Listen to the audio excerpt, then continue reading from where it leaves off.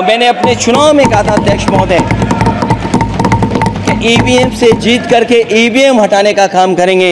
न ईवीएम का मुद्दा मरा है न जाएगा खत्म। जब तक ईवीएम नहीं हटेगी हम समाजवादी लोग उस बात पर अड़ग रहेंगे। चुनाव में 7 जीत गए जबरी डंडे के बल पर, ईवीएम के बल पर। कहाँ गई वही रानी जी, आप जानते हो कहाँ है वो? उसके बाद ईवीएम ही लोग प्रशासन के बल पर बदल देते हैं। प्रशासन का पूरा दबाव वोटरों पे रहा है, वोट नहीं डलने दी। मुस्लिम समाज के खासकर उन्होंने वोट नहीं डलने दी। कुछ तो सही है, पूरा सही नहीं लेकिन कुछ तो सही है।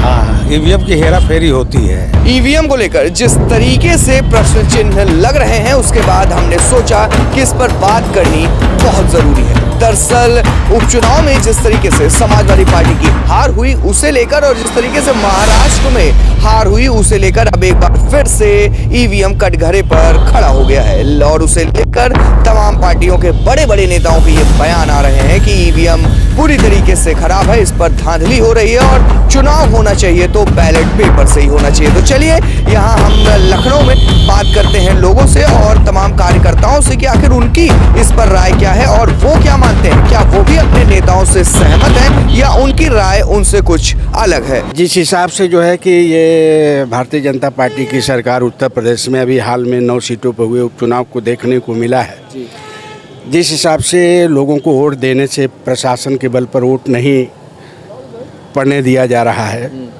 तो ये आने वाले लोकतंत्र के लिए बहुत ही गंभीर विषय है। इसमें चिंता का विषय है। देश को ये लोग कहाँ ले जाना चाहते हैं समझ में नहीं आ रहा है।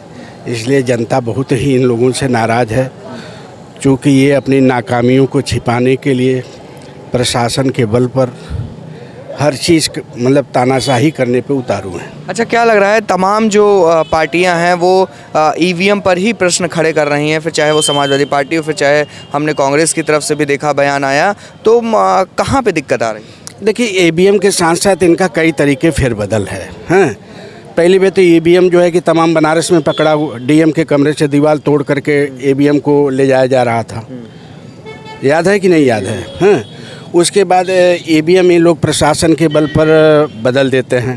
हाँ, और इलेक्ट्रॉनिक चीज़ें हैं। देखिए, जब सब कुछ संभव हो सकता है इलेक्ट्रॉनिक द्वारा, तो इसको भी भाई कहीं ना कहीं इसमें है, तभी आवाज़ ये उठ रही है।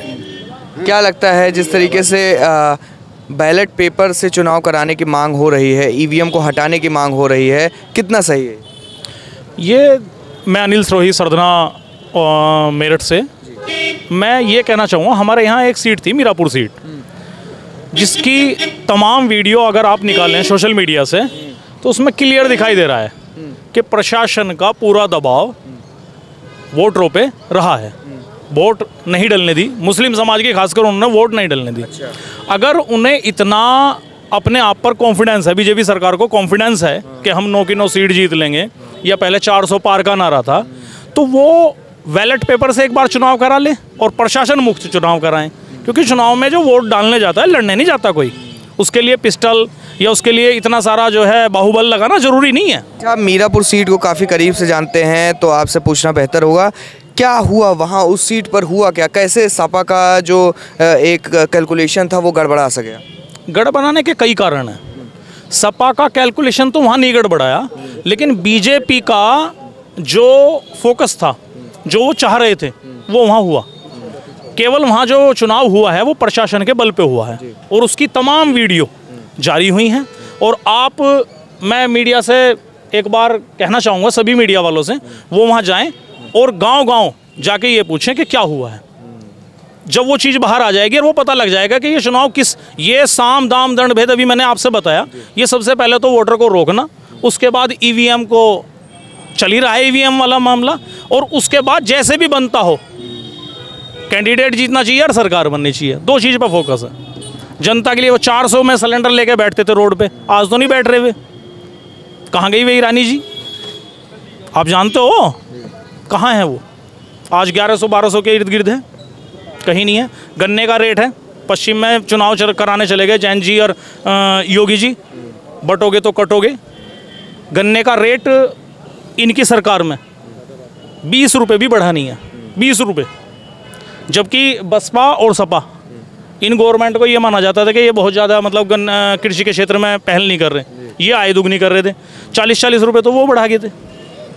तो मैं तो ये मान रहा हूँ कि बीजेपी गवर्नमेंट विफल है। अगर बैलेट पेपर से आज चुनाव करा लो मीरापुर सीट का, बैलेट पेपर से खुला, जीतने के नहीं, हार जाएंगे, हर सीट को हार जाएंगे। बैलेट पेपर से अगर आज की डेट में चुनाव हो जाए तो भाजपा हार जाएगी। ईवीएम पर एक बार फिर से प्रश्न खड़े हो रहे हैं, क्या मानते हैं? ये बहुत सही बात है। ईवीएम से धांधली कर रही है प्रदेश सरकार, भारत सरकार। अगर बैलेट पेपर से आज चुनाव हो जाए तो ये कल 0 पे आउट हो जाएंगे। हाँ, ये बंगाल की खाड़ी में चले जाएंगे। ये सब पक्के बेईमान है, बड़का झूठा पार्टी। पहले नीतीश कुमार बोलते थे ना, अब वही हम लोग को भी बोलना, बड़का झूठा पार्टी सब है। लेकिन अभी झारखंड जीते हैं, कह रहे हैं कि झारखंड जीत गए तो कहीं कोई दिक्कत नहीं। झारखंड ये लोग हारे इसलिए है कि वहाँ हेमंत सोरेन की पहले से सरकार थी। जिसकी पंजाब हारे देखिए, जहाँ जहाँ पहले से गवर्नमेंट इनकी नहीं है वहाँ ये हार जाएंगे, और जहाँ इनकी पहले से गवर्नमेंट वहाँ ईवीएम से करा के जीत जाएंगे। बंगाल देखिए नहीं हारे, वहाँ ममता बनर्जी पहले से जमी थी, इसलिए वो नहीं हरा पाए। तो मतलब कि तो क्या जिसकी सरकार रह रही है फिर वो गड़बड़ी कर रहा है? नहीं, जिसकी सरकार नहीं है, भारत सरकार गड़बड़ी कर रहा है। जहाँ प्रदेश में भाजपा की सरकार है, जैसे यहाँ योगी की सरकार है, दिल्ली में थी, अरे बॉम्बे में, महाराष्ट्र में, इस तरह जहाँ जहाँ इनकी सरकार है वहाँ ये गड़बड़ी करते हैं। जैसे अभी देखिए उपचुनाव हुआ 9 में 7 जीत गए जबरी डंडे के बल पर, ईवीएम के बल पर। तो जहाँ इनकी सरकार है वहाँ डीएम इनके, सीएम इनके, भाई दिल्ली गवर्नमेंट है। देखा गया कि ईवीएम पर काफ़ी ज़्यादा सवाल उठ रहे हैं। जिस तरीके से उपचुनाव हुआ उसके बाद फिर चाहे वो समाजवादी पार्टी की बात कर ले, कांग्रेस की बात कर ले, सभी लोग ईवीएम पर सवाल उठा रहे हैं। क्या मानते हैं कितना सही है? कुछ तो सही है, पूरा सही नहीं लेकिन कुछ तो सही है। हाँ, ईवीएम की हेरा फेरी होती है लेकिन थोड़ी बहुत। हाँ हाँ हाँ, ये सही है। तो क्या मानते हैं आप भी कि बैलेट पेपर से चुनाव होना चाहिए? हाँ, हम भी मानते हैं बैलेट पेपर से होना चाहिए। ईवीएम पर जिस तरीके अभी हमने पूछा तो बता रहे हैं कि थोड़ी बहुत गड़बड़ी है, बहुत ज़्यादा नहीं है। कितना मानते हैं? अरे जब ईवीएम की मांग की बैलेट पेपर की मांग की जा रही है तो क्यों सरकार नहीं करा रही है बैलेट पेपर से? उनको कराना चाहिए बैलेट पेपर से। लेकिन कहते हैं कि जहां जीत जाते हैं वहां फिर कोई गड़बड़ी नहीं। अभी हाल ही में झारखंड में जीत गए तब सारा ईवीएम सही है, और जब हार जाते हैं तो सब गड़बड़।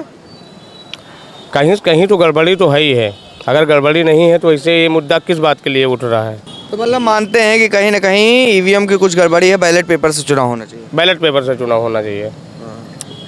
भाई जनता के भी तो मान रखना चाहिए। उस जनता के सामने तो कुछ आना चाहिए कि क्या सत्य है क्या गलत है। तो जनता के सामने तो ईवीएम आ ही रहा है भैया। अरे ईवीएम आ रहा है, बैलेट पेपर आना चाहिए ना। बैलेट पेपर की जब मांग कर रहे हैं कि भाई बैलेट पेपर से कर लो, अभी दूध का दूध पानी का पानी हो जाएगा। क्या सही है क्या गलत है? तो देखा आपने किस तरीके से जब हमने यहाँ लोगों से बात की तो उनका ये साफ मानना है कि ईवीएम में गड़बड़ियाँ तो ज़रूर हैं, लेकिन वहीं कुछ लोगों का ये भी मानना है कि पूरी तरीके से जिस तरीके से आरोप लगता है पूरी तरीके से नहीं, लेकिन हाँ थोड़ी बहुत गड़बड़ियाँ ईवीएम में ज़रूर हैं। अब सच क्या है झूठ क्या है ये तो ईवीएम के अंदर ही कैद हो जाता है। लेकिन जिस तरीके से विपक्ष और सभी पार्टियां आरोप लगा रही हैं हारने के बाद ईवीएम पर, वो एक बड़ा प्रश्न चिन्ह ज़रूर खड़ा करता है। कैमरा पर्सन अंबर शुक्ला के साथ उत्कर्ष सिंह, लखनऊ।